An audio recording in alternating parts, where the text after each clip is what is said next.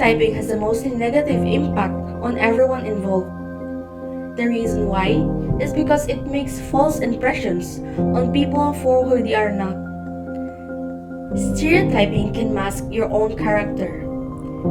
Stereotyping is one of the reasons why a lot of conflict occurs between people.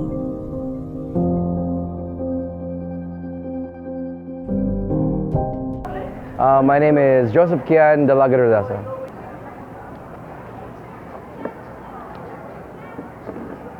Well, most of the stereotypes I've seen are, it's actually, there's a misconception within foreigners where they say all or most people here in the Philippines are hospitable.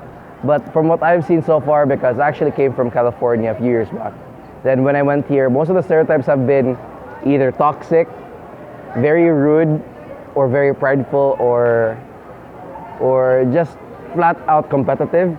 For me, as a person that came from the US, it's I was quite alienated because of the way I talk, but mostly the stereotypes are those. Though there are good people, a little bit, pero most of the time I see a lot of that. Yeah. They said the same things a while back, but now it's not as much. But most of the time, they're fine with it. They just say I have a long nose, I have curly eyelashes. But most of the time, it's just just regular names of how they see my physical appearance. But it doesn't bug me that much as the other person. But it's okay. Yeah. And I've been already physically harassed before just because I was different. People told me to shut up because I spoke English, and most of all people just alienated me because I had a different type of personality, and that really made me sad to think that a lot of Filipinos don't like the fact that there are different people. And the way that they look at you when they don't really like you, if you're like better than them. And to me, it's just painful to see that a lot of foreigners are hurt by the fact that people here are very mean and very toxic. And to me, that's a really big issue and a problem. Sa class, wala man din naman.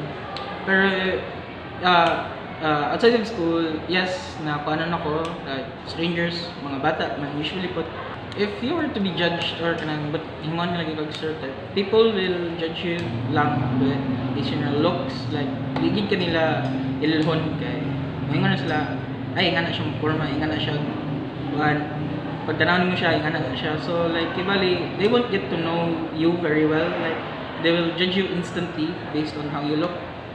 And I guess that affects a person because it will make him somewhat lonely or somewhat isolated because no one will try to know him actually because of how he looks.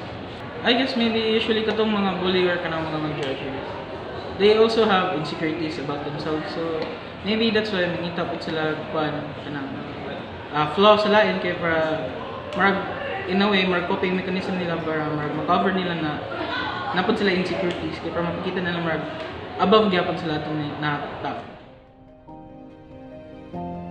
Stereotyping is a major problem in our society.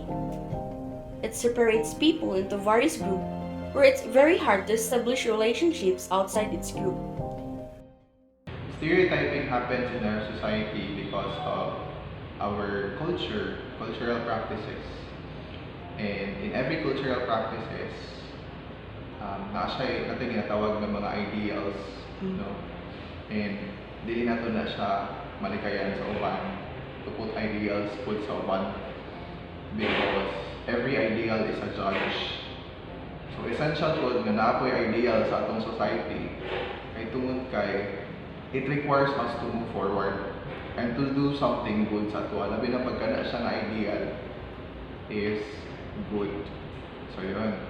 So one of the reasons why na stereotyping happening, it's because of the ideals. No? So yeah. And also aside from that, stereotyping also happens because of our group identity. No? Which is very sad because if our orientation in our life is dapat paramount ang group identity nato, No, like kanang kami, we are kanang dominant kaysa sa ilaha, say for example, then stereotyping happens. No? So yeah, that's why discrimination happens because of that. By giving great importance sa atong group kaysa sa uban. So yeah. It affects, number one, it really affects our emotional state. No? Our emotional and mental state. Our psychosocial well-being. In my orientation, the world really is a dangerous place. No? So we cannot control that one.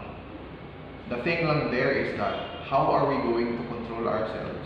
How are we going to adjust sa atong situation nga maka-adapt ta ning inani nga mga stereotypes? Because we cannot please other people. We cannot please all. Nadyo uban nga storya dito sa ato, no matter what.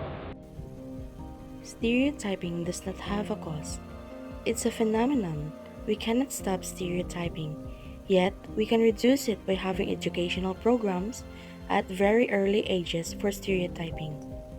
Information shows that early ages can tell the different stereotypes. Stereotypes can lead to false impressions.